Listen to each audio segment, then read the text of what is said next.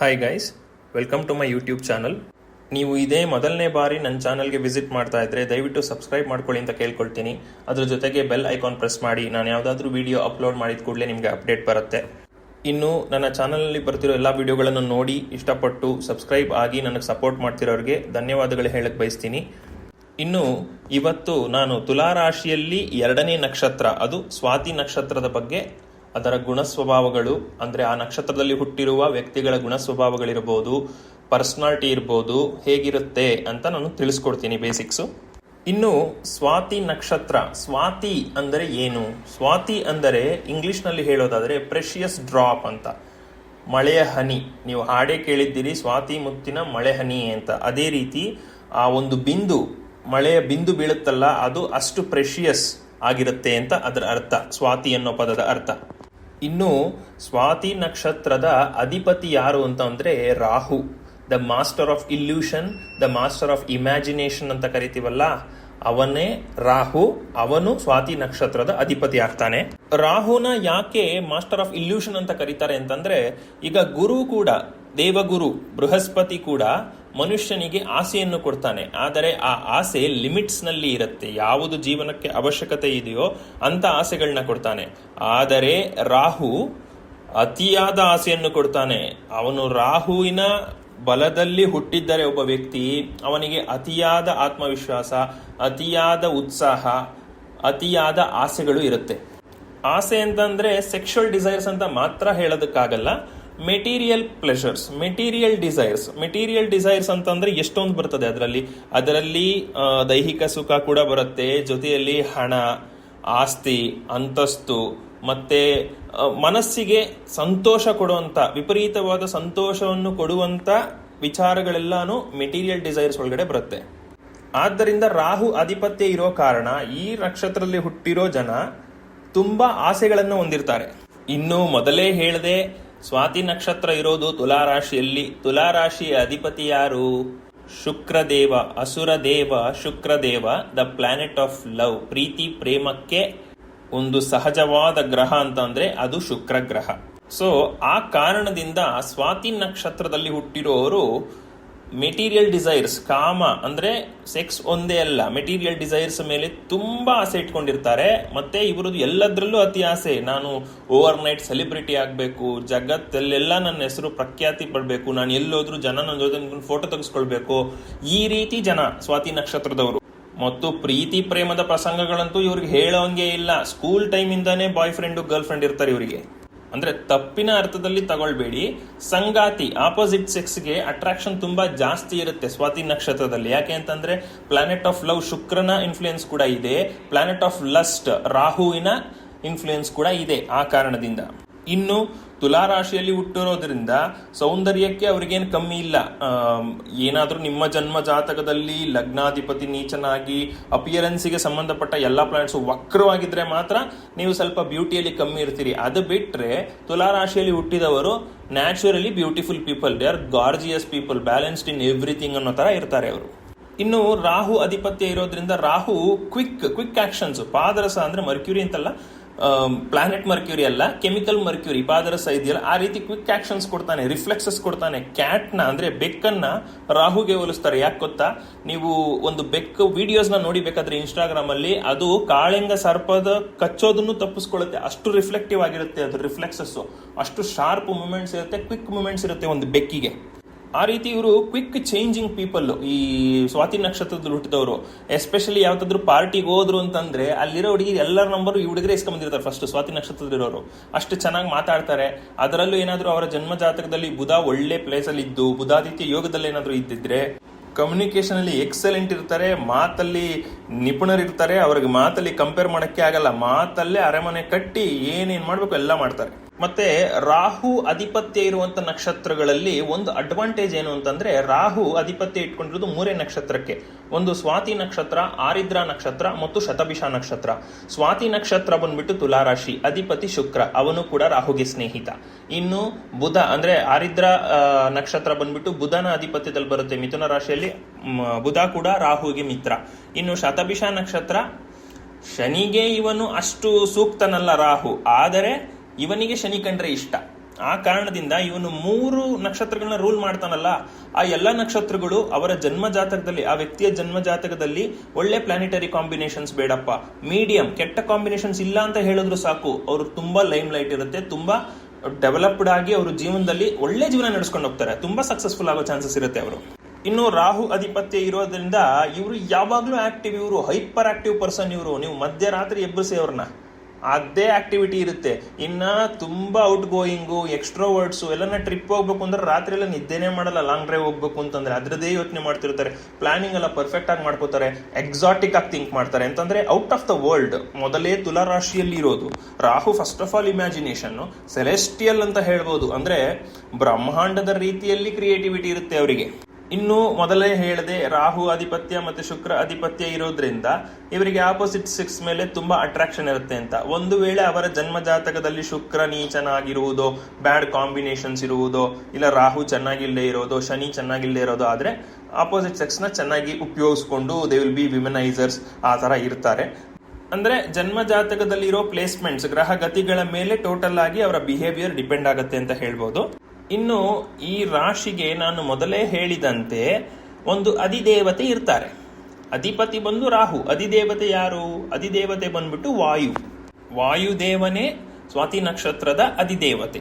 ಇನ್ನು ಈ ನಕ್ಷತ್ರ ಏನ್ ಇಂಡಿಕೇಟ್ ಮಾಡುತ್ತೆ ಈ ಅಧಿದೇವತೆಯ ಮೂಲಕ ಅಂತಂದ್ರೆ, ವಾಯು ಏನಕ್ಕೆ ಬೇಕು ಹೇಳಿ? ನಮಗೆ ಉಸಿರಾಡುವುದಕ್ಕೆ ಬೇಕು. Basics of our life, air, water, fire, ಇವು 3 ಬೇಕಲ್ವಾ? ಅದೇ ರೀತಿ ಏರ್ ಕೂಡ ಅತಿ ಮುಖ್ಯವಾದದ್ದು, ಅಂದ್ರೆ ಆಕ್ಸಿಜನ್, ಅದು ಒಂದು. ಇನ್ನೊಂದು ಸೆಲೆಸ್ಟಿಯಲ್ ಮ್ಯೂಸಿಷಿಯನ್ಸ್, ಬ್ರಹ್ಮಾಂಡದ ಸಂಗೀತಗಾರರು, ಅವರಿಗೂ ಕೂಡ ಈ ಗಾಳಿ ಅಂದ್ರೆ ವಾಯು ಅತಿ ಮುಖ್ಯವಾದದ್ದು. ಯಾಕೆಂತಂದ್ರೆ ಈಗ ಒಂದು ಫ್ಲೂಟ್ ನ ನುಡಿಸ್ಬೇಕು ಅಂದ್ರೆ ನಾವು ಹೆಂಗ್ ನುಡಿಸ್ತೀವಿ? ಅದು ನಾವು ಬ್ರೀತ್ ಮಾಡಿ ಆ ಏರ್ ಥ್ರೂನೇ ಆ ಮ್ಯೂಸಿಕ್ ನ ಜನರೇಟ್ ಮಾಡ್ತೀವಿ. ಆ ಕಾರಣದಿಂದ ಅದು ಕೂಡ ಮುಖ್ಯವಾದದ್ದು ಅಂತ ಆ ಅರ್ಥದಲ್ಲಿ ಹೇಳ್ತಾರೆ. ಇನ್ನೊಂದು ಅರ್ಥ ಏನು ಅಂತಂದ್ರೆ, ವಾಯು ಎಲ್ಲವನ್ನು ಪರಿಶುದ್ಧತೆ ಮಾಡುತ್ತದೆ, ಫುಲ್ ಪ್ಯೂರಿಫೈ ಮಾಡುತ್ತೆ ಜಗತ್ತನ್ನ ಅನ್ನೋ ಅರ್ಥ ಕೂಡ ಬರುತ್ತೆ ಇದೆ. ಇನ್ನು ಸ್ವಾತಿ ನಕ್ಷತ್ರ ಮತ್ತೊಂದು ಅರ್ಥ ಏನ್ ಬರುತ್ತೆ ಅಂತಂದ್ರೆ, ಇಂಡಿಪೆಂಡೆಂಟ್ ಒನ್ ಅಂತ ಬರುತ್ತೆ. ಸ್ವಾವಲಂಬಿಗಳು, ಯಾರ ಮೇಲೂ ಪರಾವಲಂಬನೆ ಇರುವುದಿಲ್ಲ, ಸ್ವಾವಲಂಬಿಗಳಾಗೆ ತಮ್ಮ ಜೀವನವನ್ನು ನಡೆಸುತ್ತಾರೆ ಅಂತ ಅನ್ನೋದು ಬರುತ್ತೆ.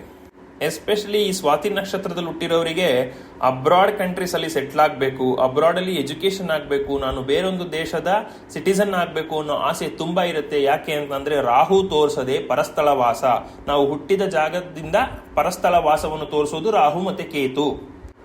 ರಾಹು ಏನ್ ತೋರಿಸ್ತಾನೆ ಅಂತಂದ್ರೆ, ನಮ್ಮ ಆಸೆಯಿಂದ ನಾವು ಬೇರೆ ದೇಶಕ್ಕೆ ಅಥವಾ ಬೇರೆ ಸ್ಥಳಕ್ಕೆ ಹೋಗಿ ಅಲ್ಲಿ ಜೀವನ ನಡೆಸುವ ಆಸೆಯನ್ನು ತೋರಿಸ್ತಾನೆ, ಅದರಿಂದ ಅಲ್ಲಿರ್ತಾರೆ. ಕೇತು ಏನ್ ತೋರಿಸ್ತಾನೆ ಅಂತಂದ್ರೆ, ಯಾವುದೋ ವಿಚಾರವಾಗಿ ತಪ್ಪಿಸ್ಕೊಂಡು ಹೋಗ್ಲಿಕ್ಕೆ, ಡಿಟ್ಯಾಚ್ ಆಗಿ ಫಾರಿನ್ ಕಂಟ್ರೀಸ್ಗೆ ಹೋಗೋದಿರ್ಬೋದು. ಈಗ ವಿಜಯ್ ಮಲ್ಯ ಅಂತವರೆಲ್ಲ ಓಡೋದ್ರ, ಅದು ಕೇತು ಇನ್ಫ್ಲೂಯೆನ್ಸು. ಇನ್ನು ರಾಹುವಿನ ಅಧಿಪತ್ಯ ಇರೋ ಕಾರಣ ಇವರು ನನ್ನ ಜೀವನನ ಎವ್ರಿ ಪಾಯಿಂಟ್ ಆಫ್ ಲೈಫ್ ನಾನು ಎಂಜಾಯ್ ಮಾಡ್ಬೇಕಪ್ಪ ಅಂತ ಅನ್ಕೊಳ್ತಾರೆ ಇವರು. ಇನ್ನು ಪ್ರೀತಿ ಪ್ರೇಮದಲ್ಲಿ ಕಮ್ಮಿ ಇಲ್ಲ ಇವರಿಗೆ ರಿಲೇಶನ್ಶಿಪ್ ಆಗಕ್ಕೂ ತಡ ಇಲ್ಲ, ಬ್ರೇಕಪ್ ಆಗಕ್ಕೂ ತಡ ಇಲ್ಲ, ಅದಾದ್ಮೇಲೆ ಮತ್ತೆ ರಿಲೇಶನ್ಶಿಪ್ ಆಗಕ್ಕೂ ತಡ ಇಲ್ಲ, ಪ್ಯಾಚಪ್ ಆಗಕ್ಕೂ ತಡ ಇಲ್ಲ. ಇವ್ರ ರಿಲೇಶನ್ಶಿಪ್ ಅಲ್ಲಿ ಅದೊಂಥರ ಡ್ವಿಂಡಲ್ ಆಗ್ತಾನೆ ಇರುತ್ತೆ, ಪರ್ಮನೆಂಟ್ ಆಗಿ ಅದು ಇದ್ದೇ ಇರುತ್ತೆ. ಮದುವೆ ಆದ ನಂತರನೂ ಇರ್ತದೆ, ಇವ್ರಿಗೆ ಅಫೇರ್ಸ್ ಚಾನ್ಸಸ್ ತುಂಬಾ ಇರುತ್ತೆ. ಅದು ಎಸ್ಪೆಷಲಿ ಅವರ ಜನ್ಮ ಜಾತಕದಲ್ಲಿ ರಾಹು ಏನಾದ್ರೂ ಶನಿಯೊಂದಿಗೆ ಕೂತಿದ್ರೆ, ಶನಿ ವಕ್ರವಾಗಿದ್ದರೆ, ಶನಿ ಏನಾದ್ರೂ ನೆಗೆಟಿವ್ ಇನ್ಫ್ಲುಯೆನ್ಸಸ್ ಇದ್ರೆ, ಶುಕ್ರ ರಾಹು ಜೊತೆ ಇದ್ದರೆ, ಇಂಥ ಕಾಂಬಿನೇಷನ್ಸ್ ಇದ್ದಾಗ ಮಲ್ಟಿಪಲ್ ಅಫೇರ್ಸ್ ತುಂಬಾ ಪ್ರಾಬಬಲ್ ಇವರಿಗೆ. ಮತ್ತೆ ಇನ್ನೊಂದು ಏನು ಅಂತಂದ್ರೆ, ತುಂಬಾ ಚಿಕ್ಕ ವಯಸ್ಸಿಂದಾನೇ ಒಬ್ಬರನ್ನ ಪ್ರೀತಿಸಿರ್ತಾರೆ, ಅವರನ್ನೇ ಮದುವೆ ಆಗೋ ಚಾನ್ಸಸ್ ಕೂಡ ಇರುತ್ತೆ. ಅವರಿಗೆ ಆ ಕಾಂಬಿನೇಷನ್ಸ್ ಜನ್ಮ ಜಾತಕದಲ್ಲಿ ಇದ್ರೆ, ಸ್ಕೂಲ್ ಟೈಮ್ ಲವ್ ಹೋಗಿ ಕಂಟಿನ್ಯೂ ಆಗಿ, ಕಾಲೇಜ್ ಲವ್ ಕಂಟಿನ್ಯೂ ಆಗಿ, ಡಿಗ್ರಿ ಲವ್ ಆಗಿ, ಕೊನೆಗೆ ಅವರನ್ನೇ ಮದುವೆ ಆಗೋ ಚಾನ್ಸಸ್ ಇರುತ್ತೆ. ಇನ್ನು ಸ್ವಾತಿ ನಕ್ಷತ್ರದ ಗುಣ ಬಂದು ತಮಸ್ಸು ಗುಣ, ಅಂದ್ರೆ ಇಮ್ಯಾಜಿನೇಷನ್, ಇಲ್ಯೂಷನ್. ಮೊದಲೇ ರಾಹುವಿನ ಅಧಿಪತ್ಯ ಇರುವಂತ ನಕ್ಷತ್ರ, ಆ ಕಾರಣದಿಂದ ಇಮ್ಯಾಜಿನೇಷನ್ ಇಲ್ಲದೆ ಇದ್ರೆ ಸಾಧ್ಯನೇ ಇಲ್ಲ. ಅದೇ ಗುಣ ಈ ನಕ್ಷತ್ರಕ್ಕೆ ಇದೆ. ಇನ್ನು ಇದು ಯಾವ ಗಣಕ್ಕೆ ಸೇರುತ್ತದೆ ಅಂತಂದ್ರೆ, ದೇವಗಣಕ್ಕೆ ಸೇರುತ್ತೆ. ಇನ್ನು ಈ ನಕ್ಷತ್ರದ ದಿಕ್ಕು ಯಾವುದು ಅಂತಂದ್ರೆ ನಾರ್ತ್, ಅಂದ್ರೆ ಉತ್ತರ ದಿಕ್ಕನ್ನು ತೋರಿಸ್ತದೆ. ಇನ್ನು ಈ ನಕ್ಷತ್ರಕ್ಕೆ ಕೊಟ್ಟಿರುವಂತ ಪ್ರಾಣಿ ಬಂದ್ಬಿಟ್ಟು ಮೇಲ್ ಬಫೆಲೋ, ಕೋಣ. ಇನ್ನು ಪಕ್ಷಿ ಯಾವುದು ಅಂತಂದ್ರೆ ಪಾರಿವಾಳ, ಪಿಜನ್. ಈ ನಕ್ಷತ್ರದ ಸಹಜವಾದ ಬಣ್ಣ ಯಾವುದು ಅಂತಂದ್ರೆ ಕಪ್ಪು. ಸೊ ಇವರಿಗೆ ಕಪ್ಪು ಬಣ್ಣದ ಬಟ್ಟೆ ತುಂಬಾ ಶ್ರೇಷ್ಠವಾಗಿರ್ತದೆ, ತುಂಬಾ ಪಾಸಿಟಿವ್ ವೈಬ್ರೇಷನ್ಸ್ ನ ತರುತ್ತೆ. ಬಟ್ ಆದರೆ ಅವರ ಜನ್ಮ ಜಾತಕದ ಅನಾಲಿಸಿಸ್ ಪ್ರಕಾರ ಗ್ರಹಗಳು ಹೇಗೆ ಕೂತಿವೆ ಅನ್ನೋದು ನೋಡಿ ಯಾವ ಕಲರ್ ಹಾಕೋಬೇಕು ಅಂತ ಡಿಸೈಡ್ ಮಾಡಬೇಕು. ಯಾಕೆ ಅಂತಂದ್ರೆ ಬ್ಲ್ಯಾಕ್ ರಾಹುಗೆ ಇಷ್ಟ ಆಗತ್ತೆ, ಚಂದ್ರನಿಗೆ ಇಷ್ಟ ಆಗಲ್ಲ. ನಿಮಗೆ ಚಂದ್ರ ಸಮಸ್ಯೆ ಕೊಡುವಂತ ಪರಿಸ್ಥಿತಿಲಿದ್ರೆ ಅವನಿಗೆ ಬ್ಲ್ಯಾಕ್ ಹಾಕುವಂತಿಲ್ಲ, ವೈಟ್ ಬಟ್ಟೆನೆ ಹಾಕೋಬೇಕು. ಸೊ ಇಂಥ ಕಾಂಬಿನೇಷನ್ಸ್ಗೆ ನಿಮ್ಮ ಜನ್ಮ ಜಾತಕದಲ್ಲಿ ಚೆಕ್ ಮಾಡಿಸ್ಕೊಳ್ಬೇಕು. ಮತ್ತು ಈ ನಕ್ಷತ್ರದ ಪುರುಷಾರ್ಥ ಏನು? ದ ಪರ್ಪಸ್ ಆಫ್ ದಿಸ್ ನಕ್ಷತ್ರ ಈಸ್ ಟು ಅಕ್ಯುಮುಲೇಟ್ ವೆಲ್ತ್. ಆಗ್ಲೇ ಹೇಳಿದೆ, ರಾಹು ಅಧಿಪತ್ಯ ಇರೋದ್ರಿಂದ ಡಿಸೈರ್ಸ್, ಮೆಟೀರಿಯಲ್ ಡಿಸೈರ್ಸ್ ಅಂತ.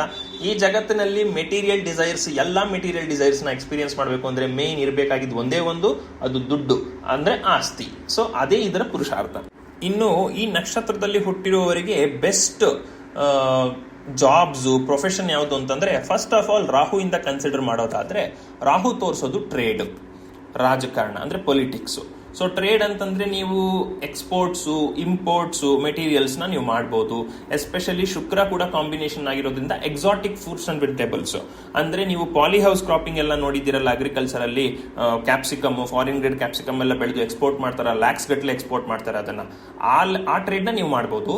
ಮತ್ತೆ ಇನ್ನೊಂದೇನು ಅಂತಂದ್ರೆ ಡೈಲಿ, ದಿನನಿತ್ಯ ಬಳಸುವಂತ ಪದಾರ್ಥಗಳನ್ನ ಎಕ್ಸ್ಪೋರ್ಟ್ ಮಾಡೋದು, ಇಂಪೋರ್ಟ್ ಮಾಡೋದು.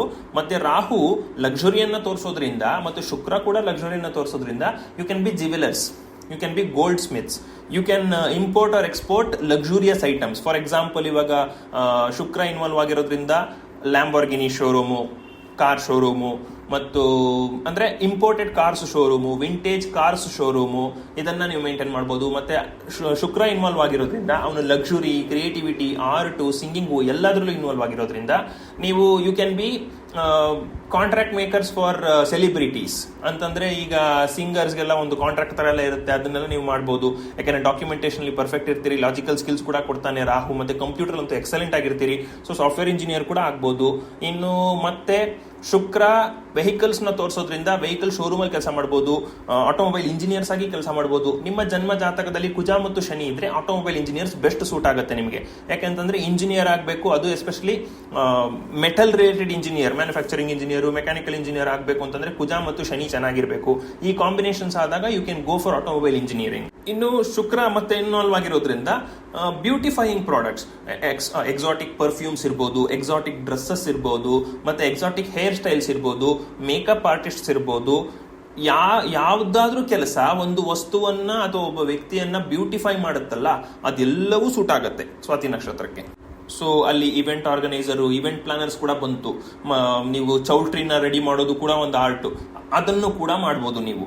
ಮತ್ತು ಶುಕ್ರ ಇನ್ವಾಲ್ವ್ ಆಗಿರೋದ್ರಿಂದ, ರಾಹು ಕೂಡ ಇನ್ವಾಲ್ವ್ ಆಗಿರೋದ್ರಿಂದ ನಿಮಗೆ ಮಾರ್ಕೆಟ್ ಟ್ರೆಂಡ್ಸ್, ಎಸ್ಪೆಷಲಿ ರಾಹು ಇಂದ global trends, market trends, current affairs ತುಂಬಾ ಸ್ಟ್ರಾಂಗ್ ಆಗಿರುತ್ತೆ ನಿಮಗೆ. ನೀವು ಒಂದ್ಸಾರಿ ಪೇಪರ್ ಓದ್ಬಿಟ್ರೆ ವರ್ಷ ಪೂರ್ತಿ ಆ ವಿಚಾರ ನೆನಪಿರುತ್ತೆ. ಆ ಕಾರಣದಿಂದ ಟ್ರೇಡಿಂಗ್ ಅಂದ್ರೆ ಯಾವುದು, ಇವಾಗ ಲ್ಯಾಂಡ್, ರಿಯಲ್ ಎಸ್ಟೇಟ್ ಮಾಡ್ಬೋದು.